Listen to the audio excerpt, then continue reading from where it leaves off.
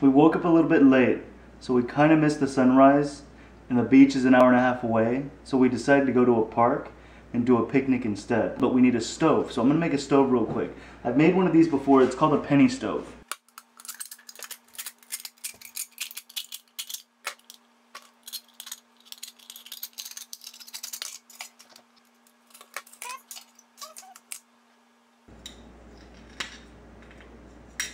Now, if you want to try to make one of these yourself, I would follow the real directions. Just Google penny stove, and it's called a penny stove for a reason. I'll show you why in a bit. Okay, so this is going to be the top. What I'm doing now is making the burner holes.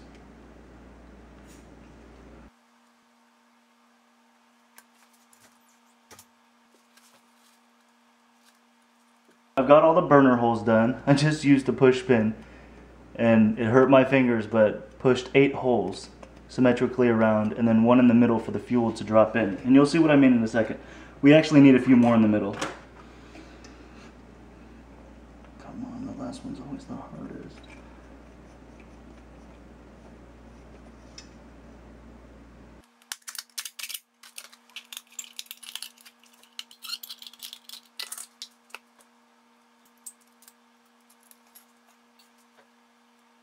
Okay, now we've got the bottom part, and then we've got the top piece with all the burner holes pushed into it.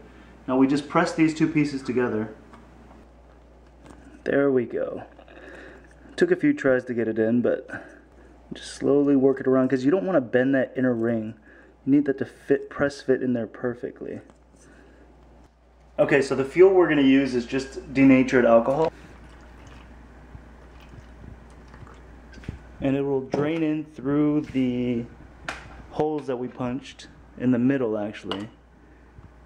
All you do is just light it. It's going to heat up everything on the inside that's already dripped in, all the fuel on the inside. The fuel on the inside kind of pushes up on the penny, which lets more fuel to the bottom, and that's kind of how you slowly heat it up and then light it. Now, once all the fuel on the inside gets heated up, it's going to start expanding and coming out of those pilot holes that we punched. And then you actually have a burner, and this is what it looks like.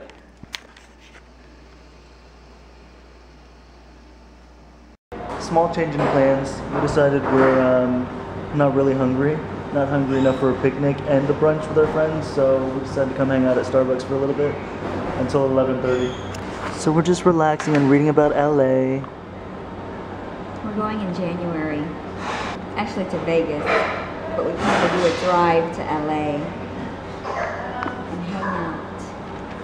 Or fly, so that's what I really want to do. Maybe we can rent a plane in Vegas and then fly to LA, but that's if I get my license in time and everything is good, so fingers crossed. Whoa! That is the biggest dog I've ever seen. What the heck? We're gonna go check out the biggest dog of all time. It's huge. That's Yukon. This is Yukon. Say hi. He's a polar bear. No. He's a what? He's a polar bear. He's a polar bear? Oh, he's a polar bear. That's why he's so big. Yeah. You don't know what to do? I just went to the dog park. I'm still a little bit He's tired. He's tired, yes. He was running around. Well. How's it going? He's like, are you gonna play with me? Because I didn't get up for no reason, right? Yeah. You are gonna pet me, What's right? going to happen in just 1 second, he's going to lean against you. Man, look at those big old feet. Yeah. Don't lean on me. What you doing? What you doing? Okay, we're leaving Starbucks and we're on our way to eat lunch with Trang and Steve and Cameron and Harley. They call her Joe. She's actually 1 year old. We haven't met her yet, but we're meeting her for the first time today. So I'm excited, and I'm excited to eat. It turns out Steve and Trang actually live in pretty much the same neighborhood as Eric. It's just one over, but it's connected. So I just called Eric and he's home, so we're gonna stop by and say hi. This is a mag light. It's a flashlight. But it's got a sensor inside, so depending on which way I hold it, it does different things. So if the indentation is on the top, it's on the dim mode. So you hold it for 2 seconds, and Now, if you rotate your wrist, it'll dim depending on how much you rotate your wrist. Oh, that's crazy. So It's like my phone. It's got a gyroscope in there? It's kind of like a gyroscope, yeah. This mode is 1, 2, SOS mode. Oh, dude, it does it automatically? Mm-hmm. For those of you that don't know Morse code, that's Morse code for SOS. As you can see, E really likes his gadgets. He's obsessed with buying things. He has everything a man could want. This is nightlight mode, which I think is pretty cool. What's it do? So you're going camping and you leave it on nightlight mode, so it gets really, really dim if you don't move. All right. Okay. So you leave it like by your side or something. Oh, okay. How long does it last that way? It'll last like, I don't know, hundreds of hours. Okay. Then if you like hear something in the night and you're startled or something and you move suddenly and it senses the movement, it goes to full brightness automatically. Oh, that's cool. You want one now too, baby? It takes AAA batteries. Maglite LED XL100.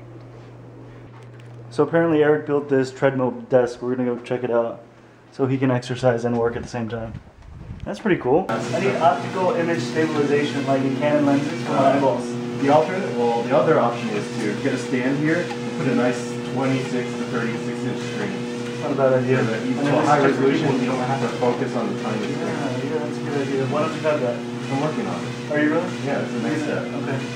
Cool. Look at me, I'm getting exercise.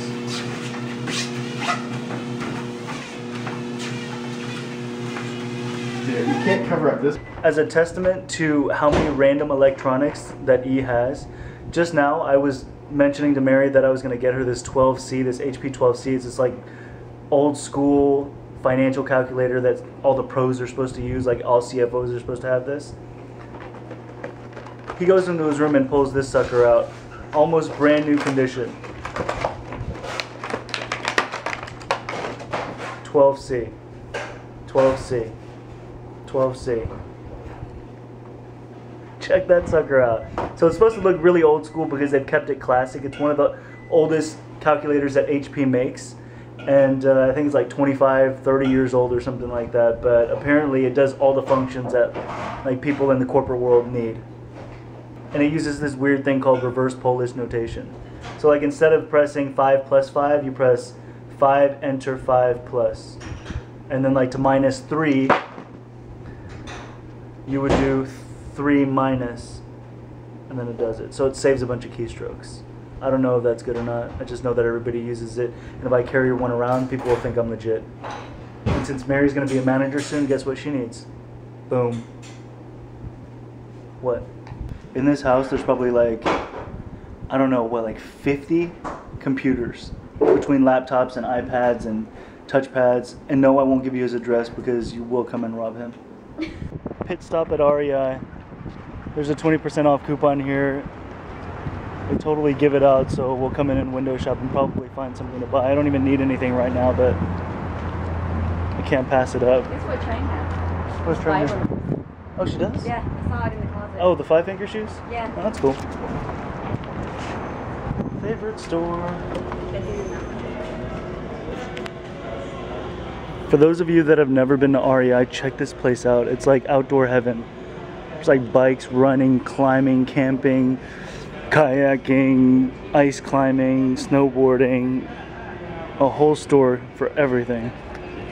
Outdoor. The one thing I love about the cold weather is you get to wear stuff like this.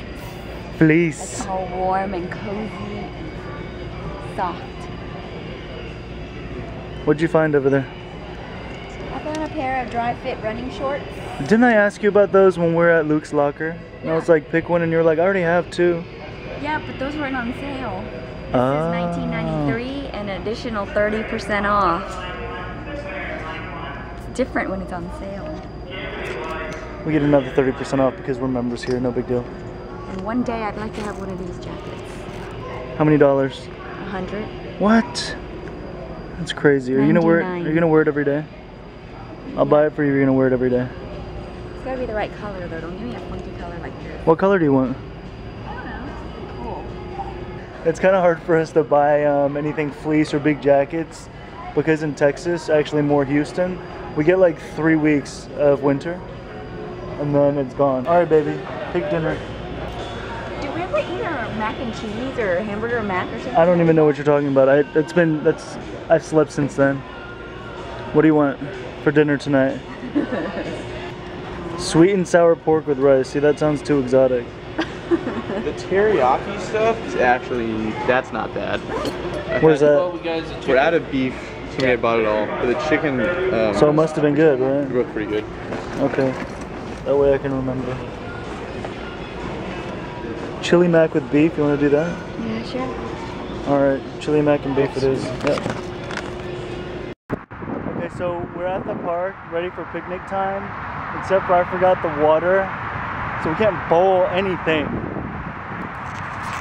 Baby, where do you want to go out to eat? I forgot the water. Hey, we tried the picnic thing. It's not working today. We'll have to use the stove another day. This is the side where people run. There's another side on the other side where people bike. And I guess rollerblade, right? Yeah. But here are all the runners. It's about 3 miles all the way around. Nice day to run, but we're not running. We're gonna go eat. Okay, so we decided on Potbellies. The first place that we ever had Potbellies was in Chicago at the airport. So every time we go to Chicago, we always had Potbellies. But then we found out that there's tons of them in Houston, so we started eating it here too.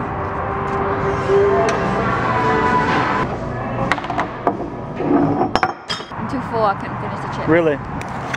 I can help you with that. Have you ever been to one of those like haunted houses? A long time ago. I don't remember how old I was. I think I was in middle school, and I remember being there with Judy. Okay. And I think one of her boyfriends. Okay. But we went in, and the only part I remember was, and at the time I never even saw Hannibal Lecter. Okay. Like I never saw the movie. Uh-huh.